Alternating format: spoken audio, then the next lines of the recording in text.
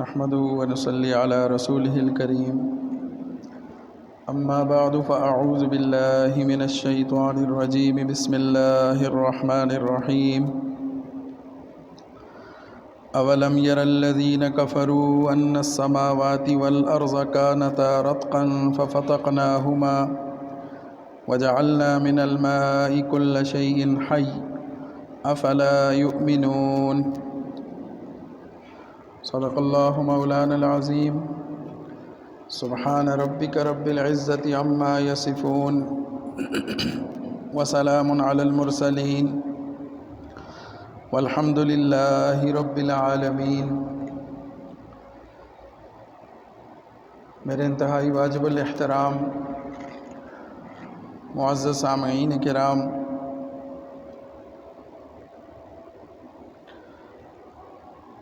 اللہ رب العزت نے پانی کو ایک بہت بڑی نعمت قرار دیا ہے، اور قرآن مجید کی متعدد آیات میں اللہ رب العزت نے اپنی اس قیمتی نعمت اور اس قیمتی تحفے کا مختلف انداز سے ذکر فرمایا ہے، اور انسانوں کو یہ سمجھایا ہے کہ یہ کس قدر قیمتی نعمت ہے۔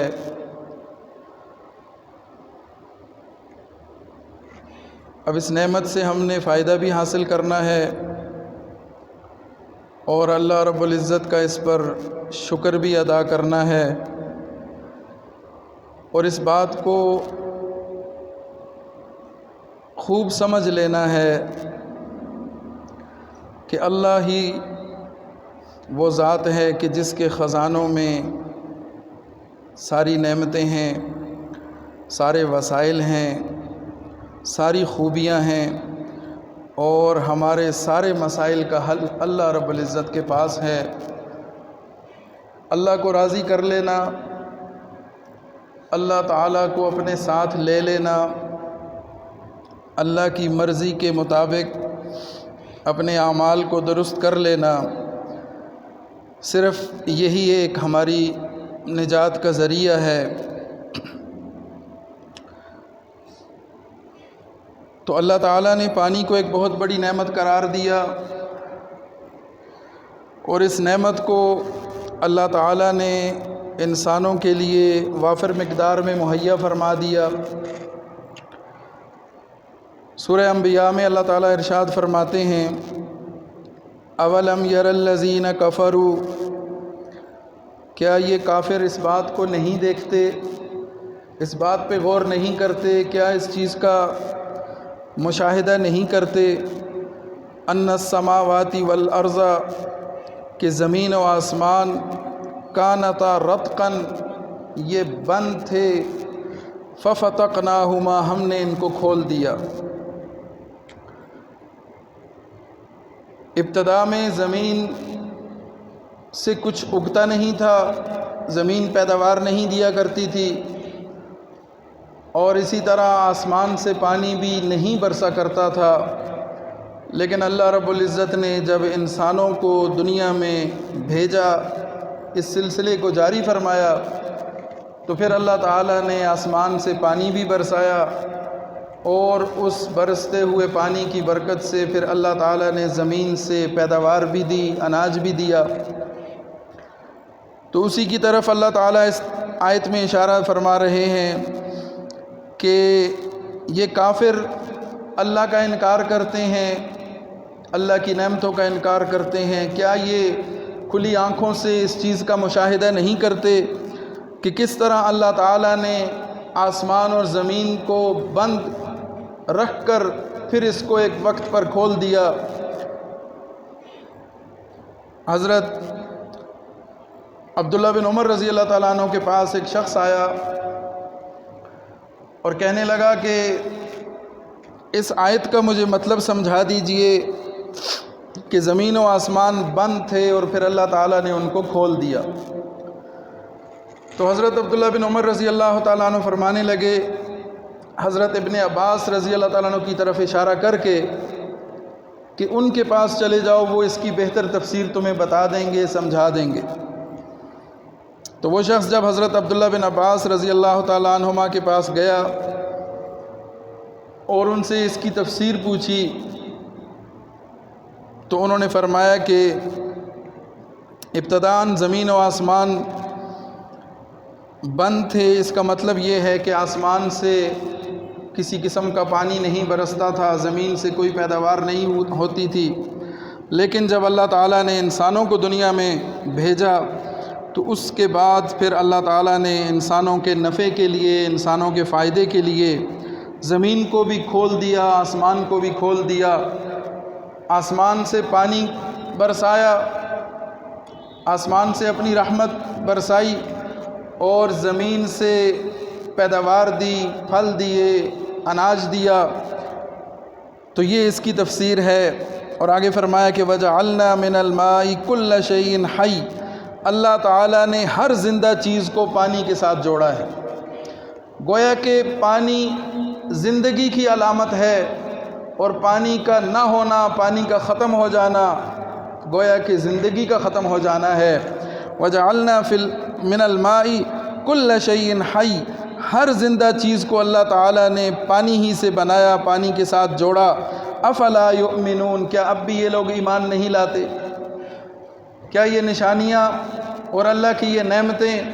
اور یہ واضح مشاہدے ان کے لیے کافی نہیں ہیں کہ یہ ان سے سبق حاصل کر سکیں اور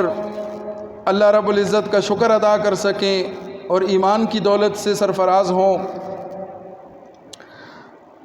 پھر اسی طرح اللہ رب العزت سورہ نور میں ارشاد فرماتے ہیں الم تر ان اللہ یزجی سحابا، کیا تم نہیں دیکھتے ہو کہ اللہ ان بادلوں کو چلاتا ہے، ثم یؤلف بینہ، پھر ان کو آپس میں ملاتا ہے،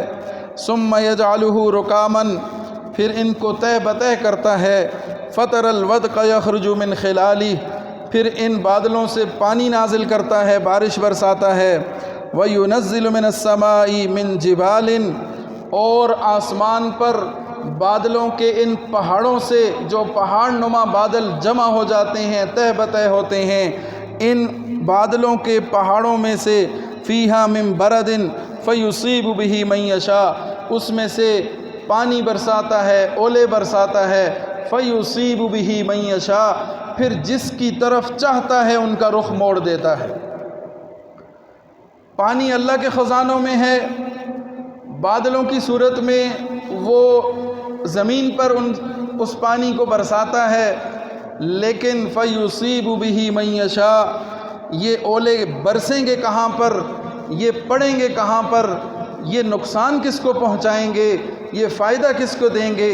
یہ زحمت کس کے لیے بنیں گے، یہ رحمت کس کے لیے بنیں گے، یہ فیصلہ اللہ کے ہاتھ میں ہے۔ فیصیب بہ من یشاء، جس کی طرف چاہتا ہے ان کا رخ موڑ دیتا ہے۔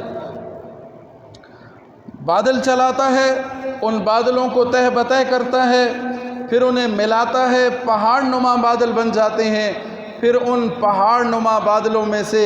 اولے برساتا ہے، بارش برساتا ہے، اور پھر وہ کہاں برسانی ہے، فیصیب بہ من یشاء، جس کی طرف چاہتا ہے ان کا رخ موڑ دیتا ہے، ان کی طرف پہنچا دیتا ہے، اسے مصیبت بھی بنا دیتا ہے، اسے آزمائش بھی بنا دیتا ہے، اور اسے رحمت کا باعث بھی بنا دیتا ہے۔ یہ اللہ ہی ہے جو سب کچھ کرنے والا ہے۔ وَيَصْرِفُهُ عَمَّن يَشَاءُ، اور جس سے چاہتا ہے اس کا رخ پھیر دیتا ہے، جس کو اس سے متاثر کرنا چاہتا ہے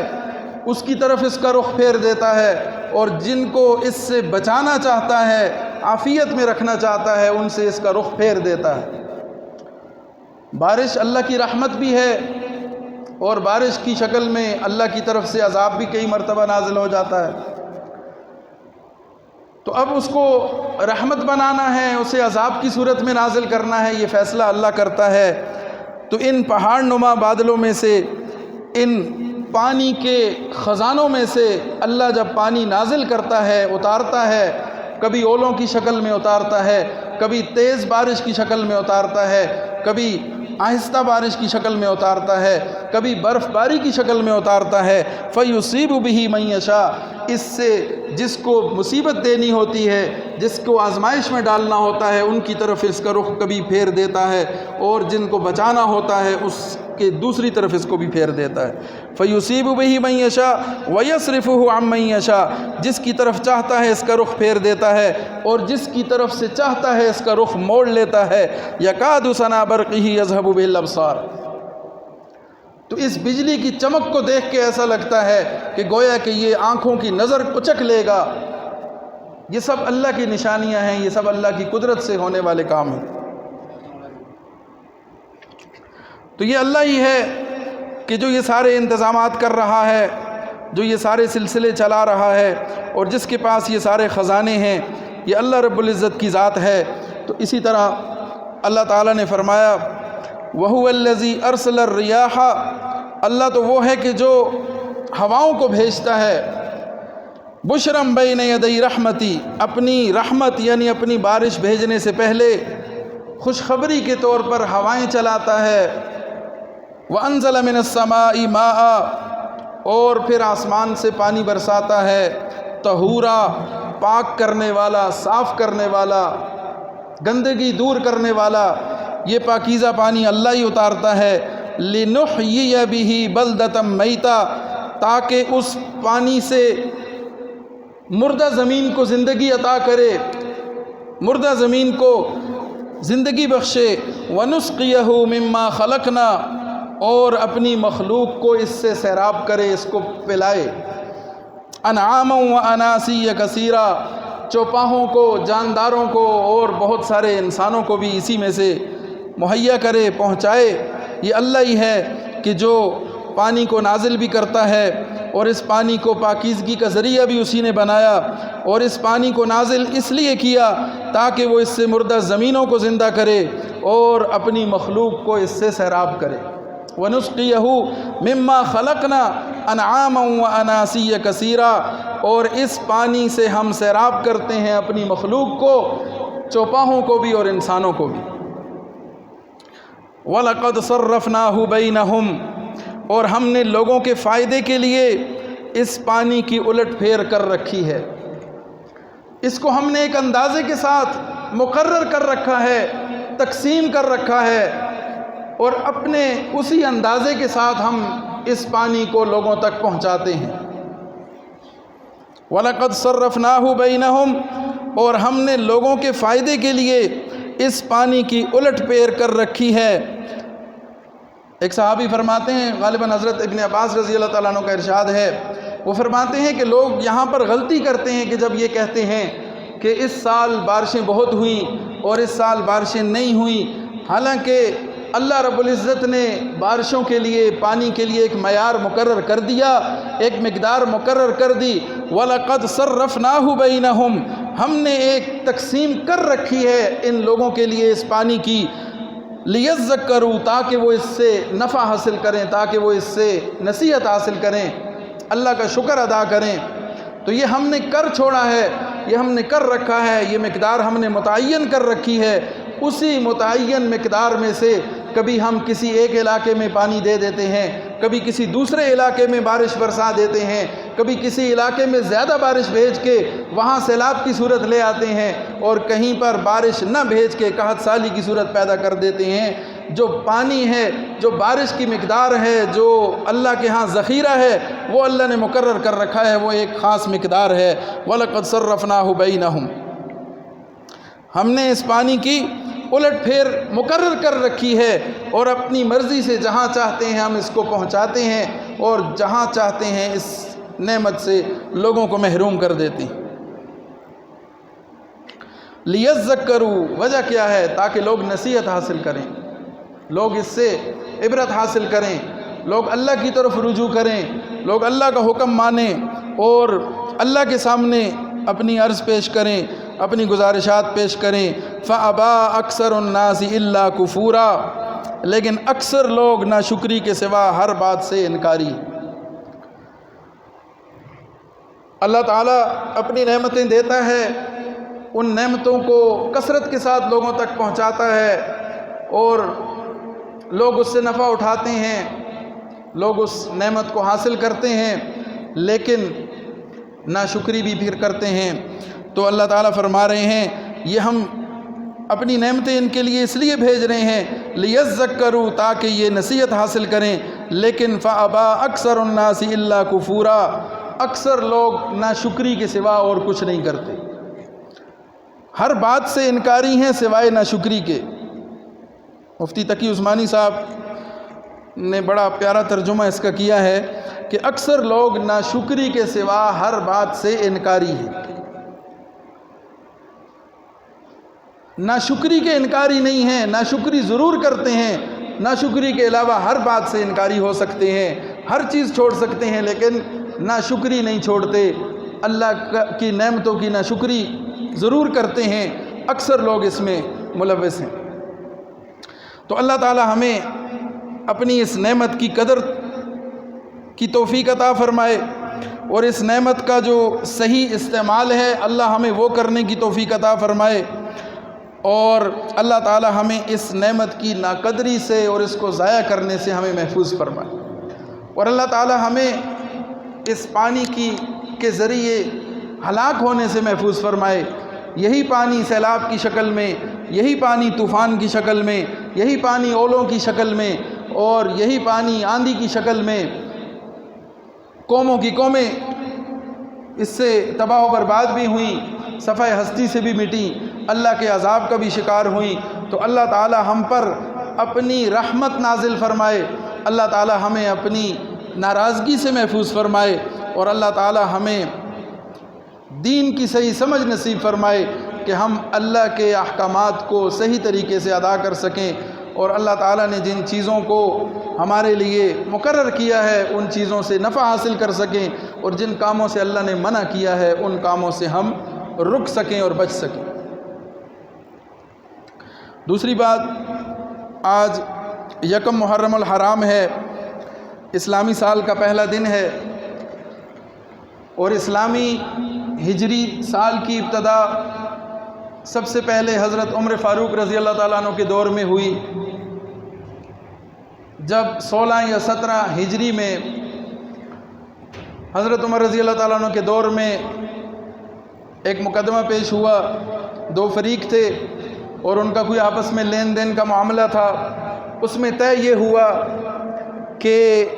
یہ معاملہ شعبان میں مکمل کیا جائے گا، یہ ادائیگی شعبان کے مہینے میں کی جائے گی۔ تو حضرت عمر رضی اللہ تعالیٰ عنہ کے سامنے جب وہ فیصلہ آیا تو فرمانے لگے کہ اس میں شعبان کا تو ذکر ہے، لیکن کون سا شعبان؟ اس سال کا شعبان، آئندہ سال کا شعبان، کب کا شعبان، یہ تو ذکر ہی نہیں ہے۔ تو اس کے بعد پھر اس بات پر مشورہ شروع ہوا کہ مسلمانوں کا بھی اپنا ایک تقویم ہونی چاہیے، ایک کیلنڈر ہونا چاہیے، ایک تاریخ ہونی چاہیے۔ پھر مشورہ اس بات پر ہوا کہ تاریخ کس حوالے سے ہوگی، کب سے شروع ہوگی، کس موقع سے اسلامی تاریخ کا آغاز کیا جائے۔ تو اس میں ایک مشورہ یہ تھا کہ رسول اللہ صلی اللہ علیہ وسلم کی پیدائش کے سال کو اس کی ابتدا مقرر کر لی جائے۔ پھر ایک مشورہ یہ ہوا کہ رسول اللہ صلی اللہ علیہ وسلم کو جس سال نبوت کا اعلان ہوا اس سال سے اس کا شروع کیا جائے حساب کتاب۔ پھر ایک مشورہ یہ ہوا کہ ہجرت کے سال کو اس کی ابتدا بنایا جائے، اور پھر ایک یہ ہوا کہ رسول اللہ صلی اللہ علیہ وسلم کی وفات کے سال کو تاریخ کی ابتدا کے لیے چنا جائے۔ تو اس میں حضرت علی رضی اللہ تعالیٰ عنہ اور دیگر چند صحابہ کا مشورہ یہ تھا کہ ہجرت کے سال کو اس کی ابتدا مقرر کیا جائے، اس لیے کہ ہجرت کا سال ایک تو مشہور ہے اور ہر ایک کے علم میں ہے، باقی دیگر تینوں مواقعوں کے اعتبار سے ہجرت کا سال جو ہے وہ زیادہ موزوں اور مشہور ہے۔ اسی پر سب صحابہ نے اتفاق کیا، حضرت عمر رضی اللہ تعالیٰ عنہ نے بھی اسی رائے کو پسند فرمایا، اور پھر ہجرت کے سال سے اسلامی سال کی ابتدا کی گئی۔ پھر دوسرا مشورہ یہ ہوا کہ کس مہینے سے سال کی ابتدا کی جائے، تو اس میں بھی 4 مہینوں کا ذکر ہوا، محرم کا، ربیع الاول کا، رجب کا اور رمضان کا۔ ان 4 مہینوں کا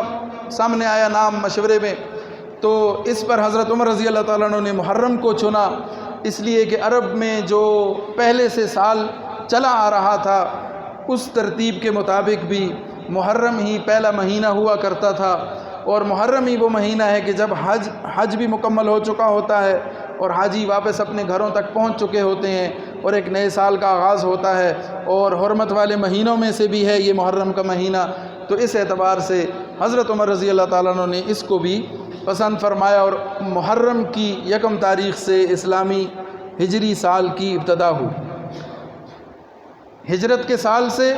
اور محرم کے مہینے سے اسلامی سال شروع ہوا، اور آج الحمدللہ 1 محرم سن 1447 ہجری ہے، یعنی آج سے 1447 سال قبل رسول اللہ صلی اللہ علیہ وسلم نے جو ہجرت فرمائی تھی وہ واقعہ 1447 سال اس واقعے کو گزر چکے ہیں۔ تو اللہ تعالیٰ سے دعا یہ کرنی ہے کہ اللہ تعالیٰ ہمارے لیے اس نئے سال کو، امت مسلمہ کے لیے اللہ تعالیٰ اس نئے سال کو باعث رحمت اور باعث برکت اور باعث فلاح و کامیابی اور نجات بنائے۔ گزشتہ سال جو گزرا مسلمانوں کے لیے سال کا اکثر حصہ غم کی کیفیت میں اور مظلومیت کی کیفیت میں گزرا۔ جو حالات مسلمانوں کے ساتھ چل رہے ہیں خصوصاً فلسطین کے اندر، تو اس حوالے سے مسلمانوں نے گزشتہ سال بھی بہت دکھ سہے، بہت پریشانیاں دیکھیں، شہادتیں دیکھیں، زخم اٹھائے، دکھ اٹھائے، لیکن اسی سال کے اواخر میں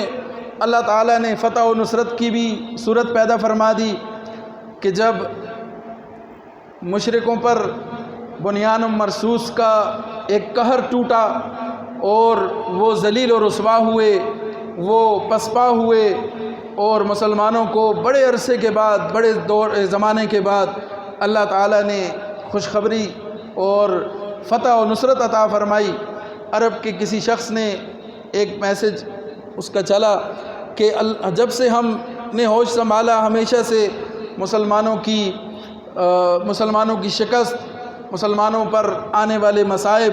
تکالیف، ان چیزوں کو ہم سنتے رہے۔ آج بڑے زمانے کے بعد، بڑے عرصے کے بعد اللہ تعالیٰ نے مسلمانوں کو فتح نصیب فرمائی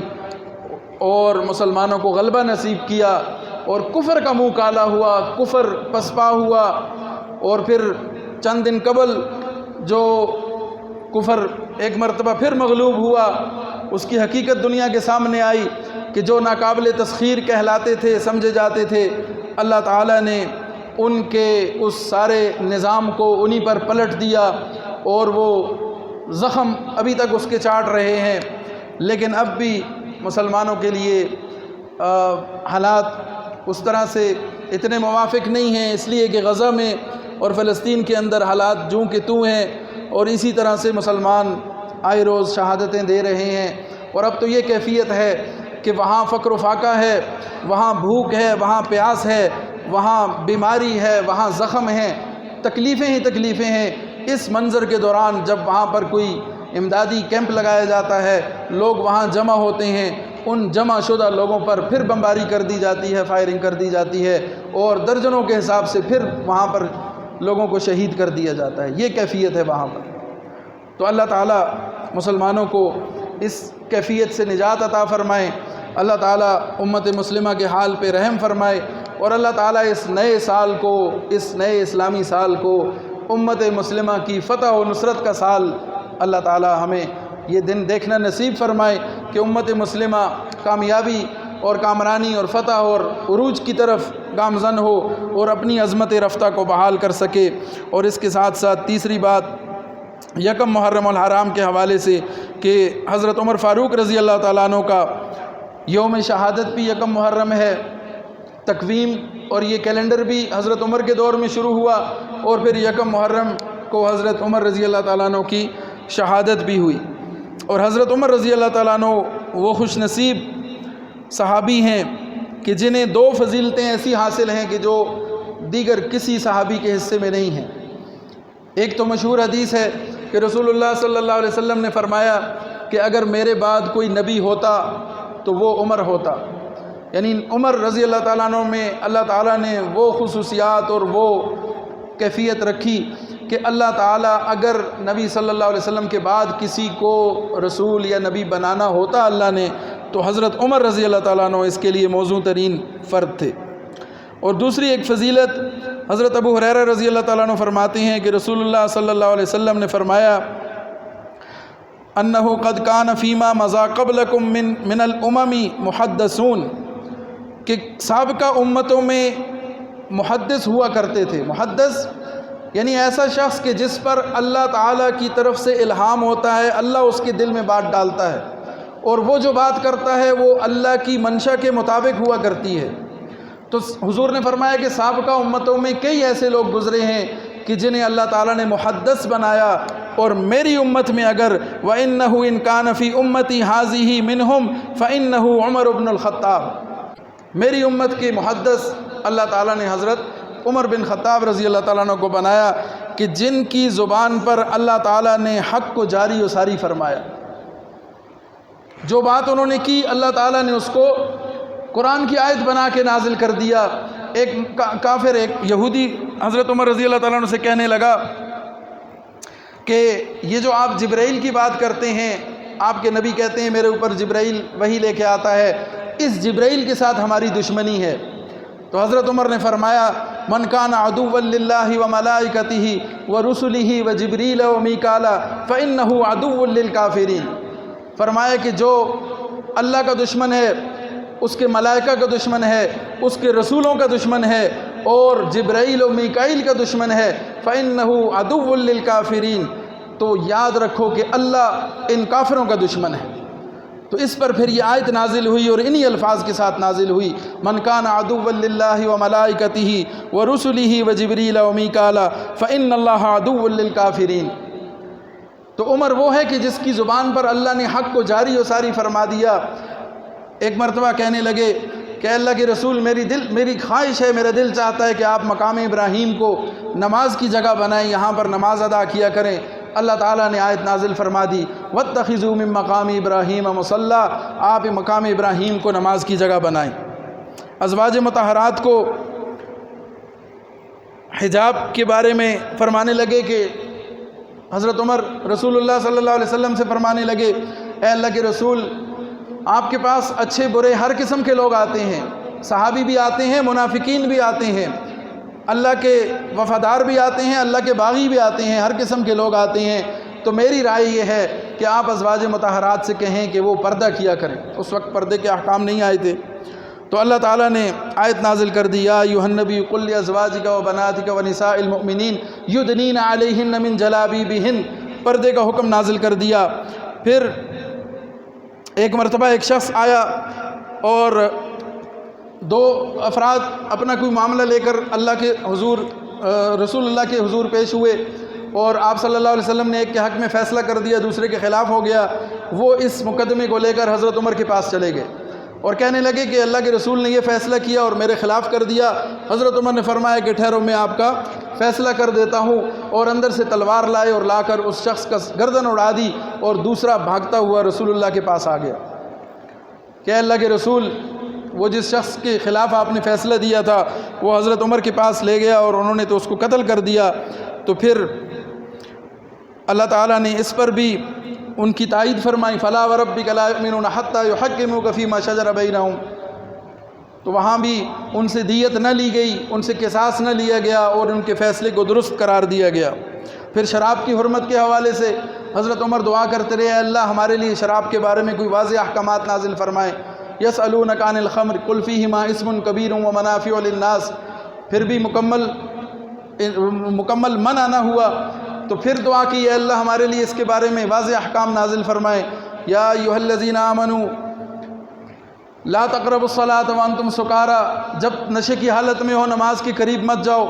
تو یہاں بھی واضح حکم نہیں آیا، واضح حرمت نہیں آئی۔ پھر دعا کی اے اللہ ہمارے لیے شراب کے بارے میں واضح حکم نازل فرمائے۔ تو پھر اللہ تعالیٰ کی طرف سے آیت نازل ہوئی یا ایھا الذین آمنوا انما الخمر والمیسر والانصاب والازلام رجس من عمل الشیطان فاجتنبوہ، اس سے بچو۔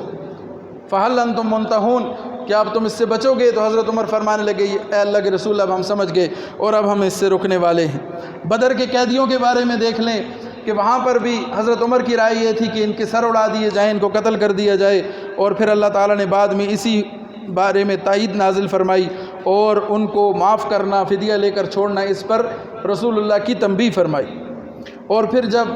عبداللہ بن ابی کے جنازہ پڑھنے کے لیے رسول اللہ تشریف لے گئے تو حضرت عمر نے انہیں منع فرمایا اور فرمانے لگے کہ اللہ کے رسول یہ منافق ہے، یہ